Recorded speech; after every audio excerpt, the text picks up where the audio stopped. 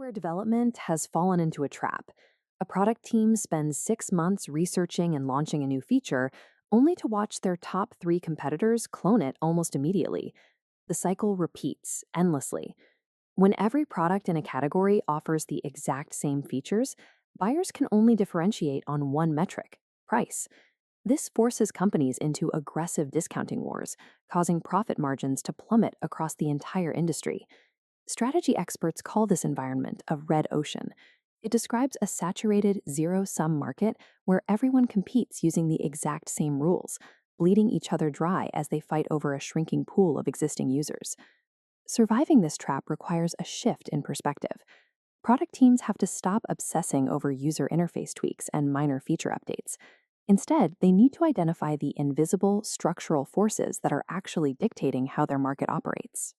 To win a game where the rules are structurally rigged against you, you have to map out exactly how those forces are applying pressure, leave the current board entirely, and build a new one. The most effective diagnostic tool for mapping competitive intensity was created by Harvard Business School professor Michael Porter in 1979.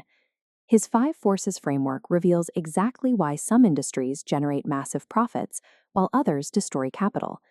This diagram illustrates those five invisible pressures. In modern digital and SaaS markets, these structural forces determine whether your software can actually retain its value over time.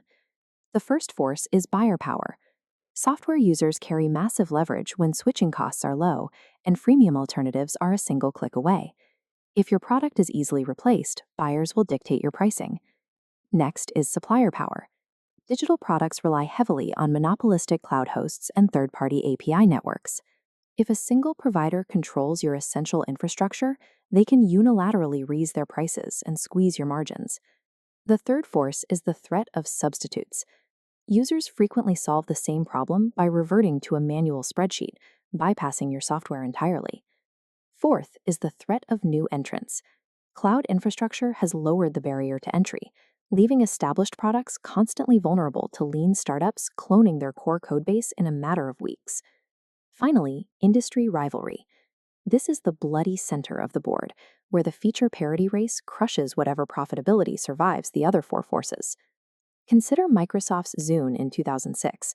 It offered Wi-Fi sharing and a larger screen than the iPod, but it launched into a market where Apple already controlled the supplier network of record labels and possessed massive buyer lock-in through the iTunes ecosystem.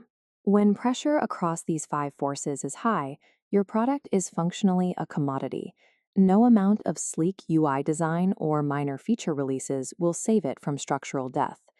Once you diagnose those structural vulnerabilities, the goal shifts. You stop trying to beat the existing competition and focus on rendering them completely irrelevant. This strategy is called value innovation. It requires breaking the traditional industry trade-off between differentiation and low cost, allowing you to capture uncontested market demand. This graph maps out an industry's strategy canvas. The horizontal axis lists the features everyone currently competes on, and the tightly clustered lines show how every company offers the exact same commoditized rules of competition. To shatter this default curve, strategy experts use the ERRC grid. This stands for Eliminate, Reduce, Raise, and Create, four specific actions designed to rewrite market boundaries. First, you identify industry standard features that are either useless or overdesigned, and you actively eliminate or reduce them. This strips away bloat and lowers your cost structure. Then, you raise specific elements far above the industry standard and create completely new features that the market has never seen. This invents entirely new value for the buyer, extending your curve into a blue ocean. When Nintendo launched the Wii, they applied this grid perfectly. They eliminated high-end processing power and hard drives, reducing costs. Then they created the motion control remote, opening up a massive uncontested market of casual family gamers who had zero interest in complex controllers. Applying the ERRC grid changes the product's basic structure. This move extracts your offering from a bloody commodity war and places it into a category of one. These frameworks move the product manager into a new role. You stop being a reactive feature copier managing a backlog and become a proactive market engineer designing the landscape. You use Porter's five forces as a continuous diagnostic scanner. It maps exactly where the market is applying structural pressure to your business model. Then you use Blue Ocean strategy as a surgical tool. You cut away the costly features that buyers no longer care about and innovate your way out of those vulnerabilities to discover fresh demand. In 2007, Apple removed the physical keyboard and built a multi-touch interface. They bypassed the existing smartphone war and captured a market that didn't exist yet, establishing absolute structural dominance. Ultimate product success requires moving past the attempt to build a slightly better version of a competitor's app. You look at the board, identify the traps, and move the market boundaries until you are the only option available.